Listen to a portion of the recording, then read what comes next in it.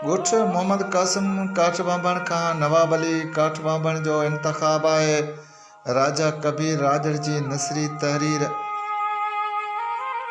हा यादि अथमि माज़ी जूं उहे रातियूं जिन रातिनि में तुंहिंजूं बेचैन आङुरियूं अक्सर मुंहिंजनि विखिरल वारनि खे संवारींदियूं हुयूं। ऐं पोइ मुंहिंजा उजागिल नैन निंड जे आगोश में हलिया वेंदा हुआ। ऐं पोइ मूंखे ईअं महसूसु थींदो हो त जन्नत जे कंहिं हूर जे हंज में आऊं आरामी आहियां। हा यादि अथई तो हिकु भेरे मूंखे चयो हो त मां हिकु ख़्वाबु आहियां ऐं ख़्वाब अक्सर साबिया जी मंज़िल माण खां अॻु विकिरी वेंदा आहिनि।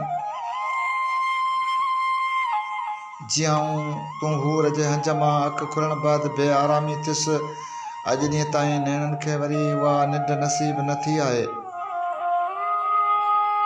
रातिनि जी रुत में रंजिशुनि जी रोग पाण खे जुदाई जे चौवाटे ते बीहारे छॾियो आहे।